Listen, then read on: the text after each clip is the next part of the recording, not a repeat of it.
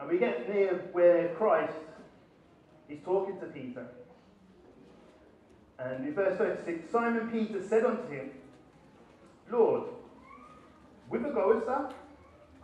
Jesus answered him, Whither I go, thou cannot follow me now, but thou shalt follow me afterwards.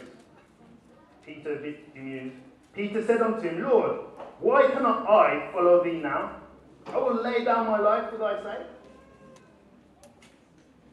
How many of us are saying that at this moment now? Lord, when that Sunday law comes, I'll be standing up for truth. I'll just put on my Superman suit and I'll be ready. Lord, when people come and try and take me away from you, I'll stand strong. I'll lay down my life. I'll go to the stake. I'll lay down my life. But Jesus replies even to us, even now, search our hearts. Wilt thou lay down thy life for my sake?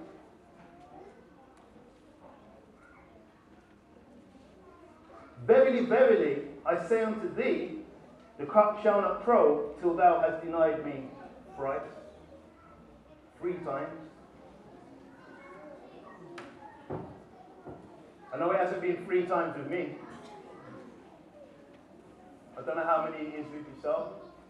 I've stopped counting. But Peter was sincere in his heart, but he thought, yeah, I've got a little something there to be able to stand up and to lay down my life for Christ. But Christ, with this question, was getting him to search his heart. He saw Peter getting nearer and nearer and nearer to the cliff edge of this precipice. Every time he tried to give Peter, don't. Depend on me, depend on me.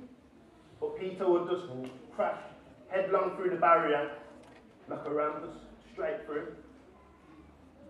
But do we take heed? We should take heed and search our hearts and understand the lesson which Peter understood. If we go to John 18, verse 15 and 18, we see this lesson being learnt, but one that we take heed to.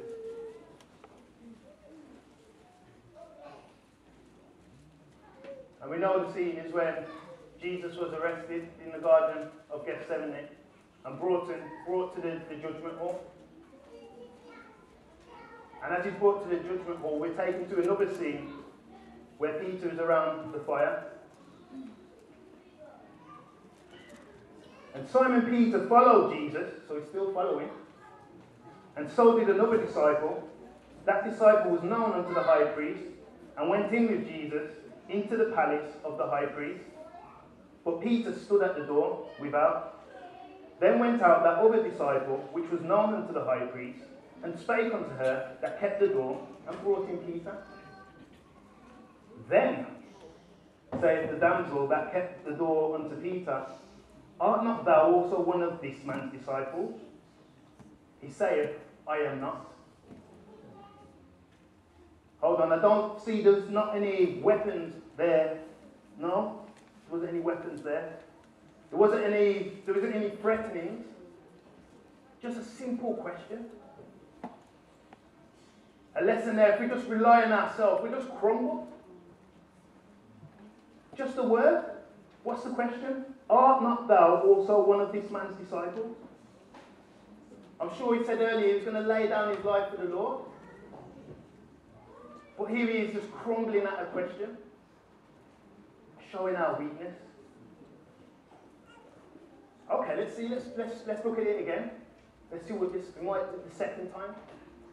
And the servants and officers stood there, who had made a fire of coals, for it was cold, and they warmed themselves, and Peter stood with them and warmed himself.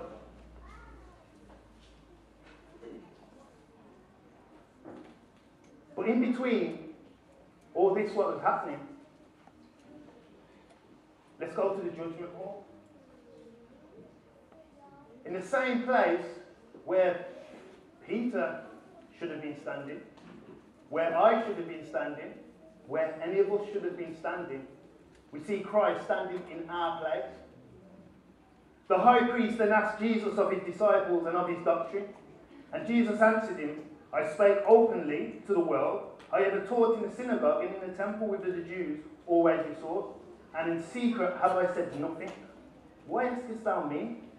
Ask them which heard me, what I have said unto them. Behold, they know what I said. And when he had thus spoken, one of the officers which stood by struck Jesus with the palm of his hand, saying, Answerest thou the high priest's soul? Jesus answered him, If I have spoken evil, bear witness of the evil. But if well, why smitest thou me? Why smitest thou me? Nobody hit Peter. They hit Christ. Did he stop? Did he give in? He answered the question. He stood for us. Peter crumbled, standing for Christ. Christ never crumbled. He stood firm for us.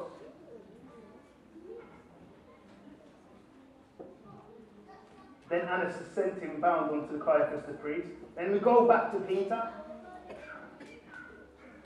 And Simon Peter stood and warmed himself. They said therefore unto him, Art not thou also one of his disciples? He denied it and said, I am not. One of the servants of the high priest, being his kinsman, whose ear Peter cut off, saith, Did not I see thee in the garden with him? Peter then denied again, and immediately the cock crew. Peter denied again, 3 chances, and he denied again. At that moment, Peter turned, because he realised when he heard that sound, memory trigger went off in his mind, went back to what Christ said, that you will deny me 3 times. And at that moment he turned, and he saw Christ being beaten. But Christ, despite getting the blows, was turning his head round so that he could fix his gaze on Peter to let him know, Peter, I forgive you. Peter, I love you. The Lord, merciful, gracious, long-suffering, and abundant in goodness and truth. Peter, I love you. I would love to see the face of Jesus at that time. Maybe a bit bloody, maybe a bit bruised. But his mind was on Peter at that time. Nothing else mattered to him. Just to make sure that he's all right. With that, Peter then ran to Gethsemane, the same part where Christ had only hours earlier had said, Not my will, but thy will be done. The same place where Christ, not even praying for himself, for the first 2 times in Gethsemane, was praying for Peter and the disciples, praying for us. Blood coming out of his pores, the pressure, the stress, the kingdom of darkness pressing round against him, but yet his thought was on us. Peter comes to the same spot, the same blood-soaked spot, and remembers the words of Christ at that time. Simon, Simon, Satan has sought to sift you like wheat, but I have prayed for thee, that thou fail not. And when thou art converted, strengthen thy brethren. Those words of encouragement sprung to Peter's mind and saved him from doing what Judas did and hang himself. But from that, from the putting together the look of forgiveness in Christ's face and the words of encouragement, Peter got through that.